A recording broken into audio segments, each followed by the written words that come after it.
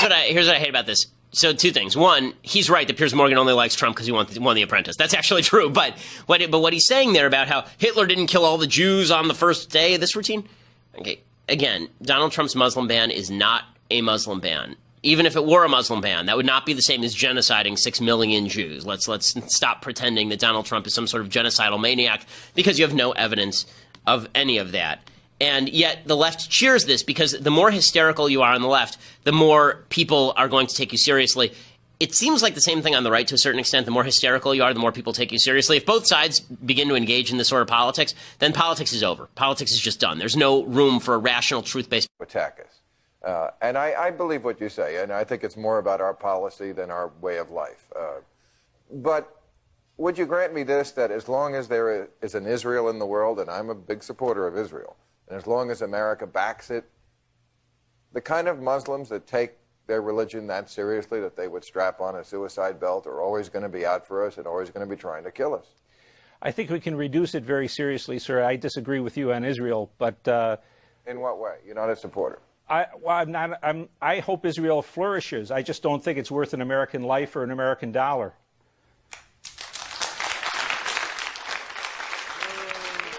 You don't think the existence of Israel in the world is worth an American life or an American dollar?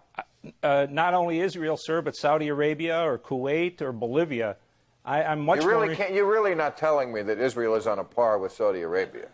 I'm telling you, what I'm telling you, sir, is I'm most interested in the survival of the United States. But Israel is a democracy in a part of the world that has none. So what, sir? It doesn't matter to Americans if anyone ever votes again. It doesn't... You know, we'll get by.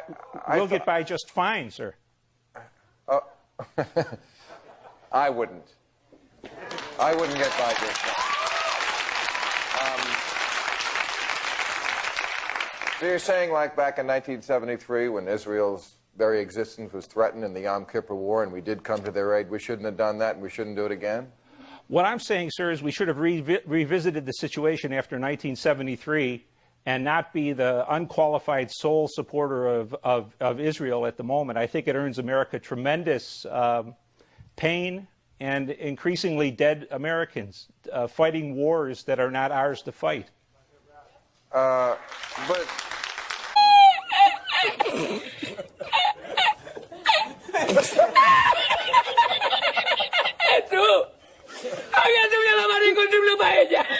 Every media outlet in America jumped obediently on board, pouring massive resources into a news story that started to look a lot like a conspiracy theory. But ahead they went. An entire generation of non-Russian speaking cable news hosts remade themselves into amateur criminologists. Remember that? The frenzy spun out of control. And soon, liberals weren't simply talking about a stolen election, but about war, actual war.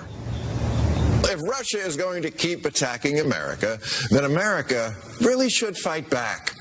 There is an entire building in St. Petersburg filled with a Russian troll army, creating thousands of tweets, memes, news site comments, and flat-out fake stories designed not to take sides on any issue, but just to get us fighting about it. Hillary Clinton spent over $1 billion on the campaign, and the Russians beat her with 150 grand because they were able to turn Facebook into Fakebook. So you're accusing a nuclear-armed adversary of committing an act of war, and you're doing it purely in order to gain an advantage in a domestic political dispute? No normal person would do that. It's too reckless and crazy. Yet that's exactly what many of our leaders did, including, by the way, sitting members of Congress. They called it war, too.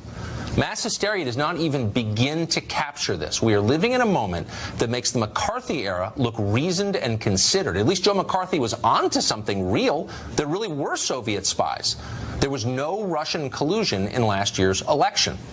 So how are all those investigations going? Well, the New York Times, to its credit, took a look at that this weekend, and it turns out that if the Russians got Trump elected, they left no trace of it. Even Senator Dianne Feinstein of California had to admit that after wasting untold time and money, her committee has not found evidence of collusion between Putin and the Trump campaign. The whole thing is a dry well, a crock, a fraud, a scam, a politically induced hallucination. It's totally nuts. A lot of people should be deeply ashamed of this. Not that they are, of course. But that doesn't mean we haven't learned anything. Robert Mueller's team of investigators apparently has found evidence of suspected wrongdoing by the Podesta Group, which you'll remember is a lobbying firm founded by Hillary Clinton's campaign chairman, John Podesta, and his brother, Tony. According to news accounts, the Podestas may have violated criminal law by failing to register as lobbyists for foreign powers. Not exactly the development Democrats were hoping for when they cheered Mueller's appointment as independent counsel. And then there's the ongoing Uranium One scandal, which has been explained in a series of devastating pieces by the Hill newspaper. Back in 2010, in a move that virtually nobody will now defend, the Obama administration allowed a Russian firm to gain control over about 20% of our uranium reserves here in the United States.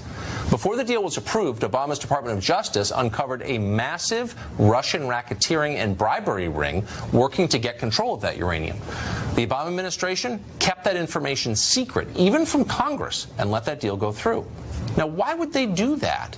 Did it have anything to do with the more than $100 million Hillary Clinton's family foundation took from Uranium One board members? She was the Secretary of State at the time.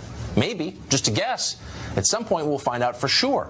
And that's the upside of the hysteria over Russian